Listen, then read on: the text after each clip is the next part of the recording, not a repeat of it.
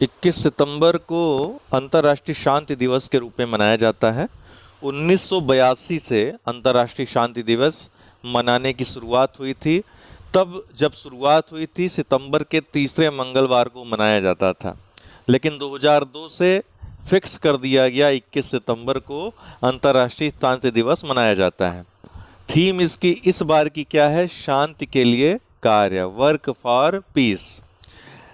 नई दिल्ली में अंतर्राष्ट्रीय व्यापार कानून पर राष्ट्रीय आयोग UNCITRAL के दक्षिण एशिया सम्मेलन का आयोजन हुआ। तो भारत ने इसकी मेजबानी की है, पूछ सकता है। भारत सरकार ने कृषि क्षेत्र में क्रांति लाने के लिए, जैसा कि बजट में घोषणा थी समावेशी विकास वाले पार्ट में, किसान ऋण पोर्टल और मौसम सूचना नेटवर्क डाटा सिस्टम विंड्स, ये दो पोर्टल या ऐप जो है ये लॉन्च किए भारत सरकार ने। किसान ऋण पोर्टल और मौसम सूचना नेटवर्क डाटा सिस्टम विंड्स। धनुष और प्रलय हाल ही में ये दोनों हथियार चर्चा में रहे। क्या है ये? तो धनुष भारतीय स्वदेश निर्मित पहली लंबी दूरी की तोप है। 36 से 38 किलोमीटर इसकी रेंज है। प्रलय क्या है? ये तोप नहीं है, मिसाइल है, बैलिस्टिक मिसाइल है, सतह से सतह पर मार करने वाली। 500 किलोमीटर इसकी रेंज है, DRDO के द्वारा निर्मित किया गया है इनको। 19 सितंबर 2023 को भारत के नए संसद भवन में बैठक की शुरुआत हो गई।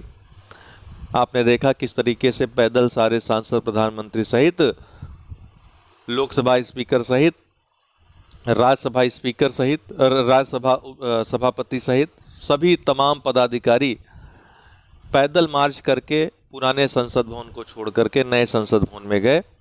पुराने भवन का नाम प्रधानमंत्री ने संविधान सदन करने की घोषणा की है। अब इसको संविधान सदन के रूप में जाना जाएगा, जो पुराना संसद भवन है।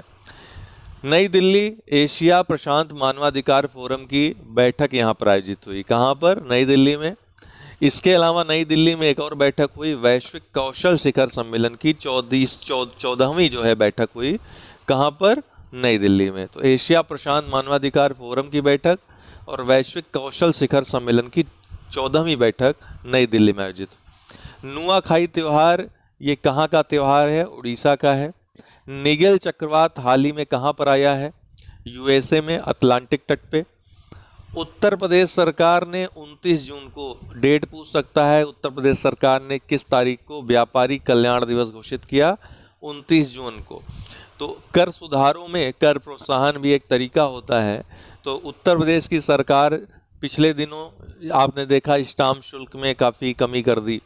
जिनका जो चालान वगैरह है बहुत समय से, उसमें माफ़ी कर दी थी। तो ये सब प्रोत्साहन देते हैं पब्लिक को कि नैतिक पुलिसिंग एक तरह की होती है ना। खुद ही व्यक्ति सोचता है कि सरकार इतना रियायत कर रही है, चलो हम लोग चुका ही देते हैं। तो 29 जून को व्यापारी कल्याण दिवस, कर प्रोत्साहन के लिए ये दिवस मनाया जा रहा है।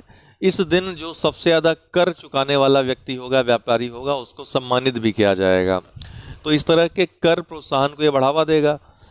पुरस्कृत होने के लिए, चर्चा में आने के लिए व्यापारी ज़्यादा से ज़्यादा कर देने के चक्कर में रहेंगे, जो छुपाने के चक्कर में रहते हैं, क्योंकि उनको देने से कुछ ऐसा मिलता नहीं सम्मान, तो कहते हैं चलो क्यों दो।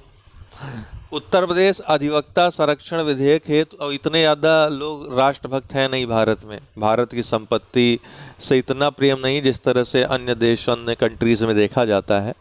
तो यहाँ के लोग इतना इस तरह के देशभक्त नहीं हैं कि अपने से कर चुकाएं तो कुछ ना कुछ, चाहे वो दंड का प्रावधान हो, टैक्स का जो तमाम ऑर्गेनाइजेशंस हैं उसमें नज़र रखने वाली ED है या फिर CBI है, तमाम संस्थाएं हैं, तमाम कानून हैं, ये बनाने की आवश्यकता ही नहीं पड़ती अगर देशभक्त लोग होते हैं तो। उत्तर प्रदेश अधिवक्ता संरक्षण विधेयक के लिए 3 सदस्यीय पैनल का गठन हुआ है। तो अधिवक्ता संरक्षण विधेयक की मांग काफ़ी समय से की जाती रही है। अभी हाल ही में हापुड़ में एक घटना हुई थी जिसको लेकर के वकीलों में काफ़ी रोष था। उस रोष को कहीं ना कहीं ये शांत करने का एक उपाय दिखाई पड़ रहा है। अध्यक्ष इस जो पैनल है, 3 सदस्यीय पैनल, कौन है? प्रमोद कुमार श्रीवास्तव इसके अध्यक्ष रहेंगे। अलंग, खंबात की खाड़ी गुजरात तट पे ये स्थित है। दुर्लभ धातु वैनेडियम की मौजूदगी का इसमें पता चला है। तमाम जो गाड़ियां हैं और जो स्टील के उत्पाद हैं, मिश्रित स्टील में इसका, मिश्रित इस्पात उद्योग में इसका बहुतायत में प्रयोग किया जाता है और इसकी डिमांड बहुत रहती है। तो भारत में ये दुर्लभ है। वैनेडियम की मौजूदगी खंभात की खाड़ी गुजरात के पास अलंग में इसका पता चला है। अब आगे खोज होगी, देखते हैं कि भंडार कितना है भी या नहीं है, या धोखे से मिल गया है। नारी शक्ति वंदन विधेयक 2023 महिलाओं को 33% आरक्षण देने के लिए ये जो विधेयक है वो लाया गया है। इसके पहले भी ये विधेयक इस तरह के लाए जा चुके हैं लेकिन सफल नहीं रहे हैं। इस बार चूंकि सरकार बहुमत में है, राज्यसभा लोकसभा दोनों में स्थिति मजबूत है, सहयोगी दलों की भी काफ़ी इसमें है, और जिस तरह से विपक्ष ने साथ दिया है इसमें, तो लग रहा है कि इसमें कोई इसको पारित होने में, कम से कम लागू होने की बात है, उसमें कई पेच हैं अभी, लेकिन पारित होने में कोई दिक्कत नहीं है। तो 19 सितंबर 2023 को नए संसद भवन में लोकसभा में ये प्रस्तुत किया गया। जिस दिन नए संसद भवन में काम शुरू हुआ उसी दिन इसका नाम नारी शक्ति वंदन विधेयक 2023 रखा गया है। तो 20 सितंबर 2023 को लोकसभा में, अर्थात कल, ये पारित हो गया। 454 सांसदों ने पक्ष में और 2 सांसदों ने, जो कि AIMIM के 2 विधायक हैं, 2 सांसद हैं, उन्हीं ने इसके विपक्ष में मत दिया। 454 के बहुमत से ये पारित हुआ। लोकसभा व विधानसभाओं में महिलाओं को 33% आरक्षण ये प्रदान करेगा विधेयक। 15 वर्ष के लिए लागू होगा। बाद में संसद इसको समय समय पर बढ़ा सकती या फिर समीक्षा करके इसको, अगर ये होगा प्रतिनिधित्व पर्याप्त होने लगा है, तो फिर इसको समाप्त कर देगी।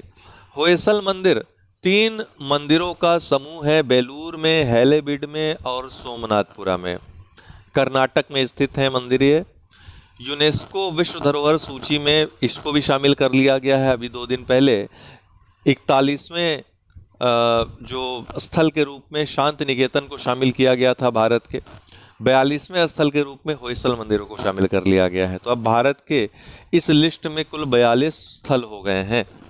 आज के लिए इतना ही। बहुत बहुत धन्यवाद।